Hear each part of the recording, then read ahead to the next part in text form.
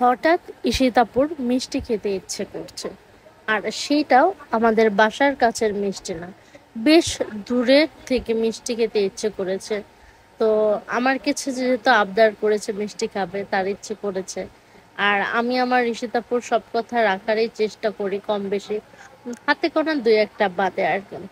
তো যেই কথা সেই কাজ, আমরা হচ্ছে নড়িয়া ঘোষ মিষ্টি ভান্ডার থেকে বেশ কিছু মিষ্টি নিয়ে এসেছি। আমার খুব কাছের একজন লোক হচ্ছে মিষ্টিগুলো আমাকে এনে দিয়েছে।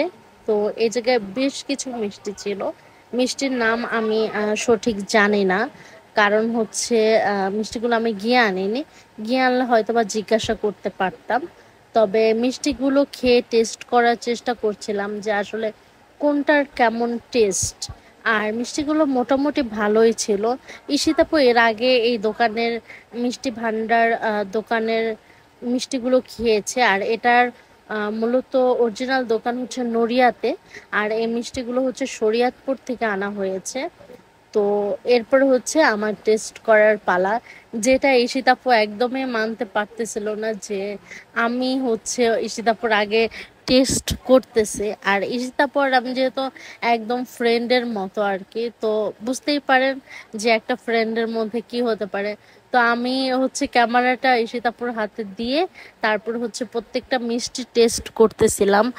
আর ঈশিতাপু মানে জ্বলে পুড়ে ছারখার হয়ে যাচ্ছিল যে আমি ওর আগে হচ্ছে মিষ্টিগুলো খাচ্ছি বা টেস্ট করছি, রিভিউ দিচ্ছি, কারণ মিষ্টিগুলো ওর জন্যই মূলত আনা। তো তারপর হচ্ছে সজল ভাইকেও খবর দিলাম, কারণ আমরা দুই বোন খাবো, একটা মাত্র দুলাভাইকে রেখে জিনিসটা কেমন দেখা যায়। কারণ আর দুলাভাইরা তারা তো আর বাসার কাছে না, আর সবাই বিদেশেই থাকে বেশিরভাগ। তো দেখা যায় যে সজল ভাই যেহেতু কাছে আছে, তারপর সজল ভাইও আসলো। আসার পরে সব ধরনের মিষ্টি টেস্ট করলাম, প্রায় 6 ধরনের মিষ্টি ছিল আর কি। তো প্রত্যেকটা মিষ্টি ডিফারেন্ট ছিল, ভালো লেগেছে। তো খেতে এত বেশি ভালো লাগছিল, মানে অসাধারণ।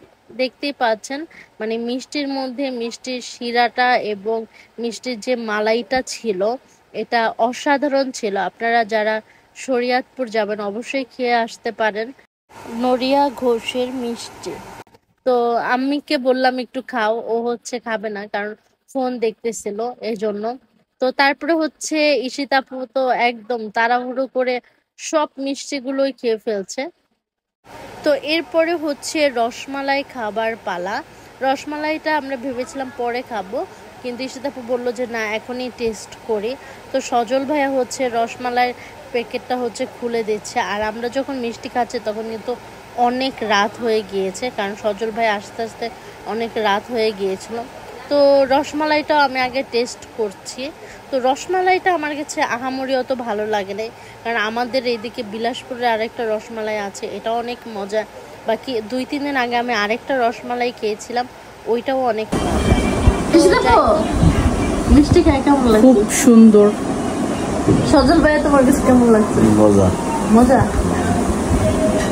সজল ভাইয়ের গোড়া আসছে দেখতে হয়েছে।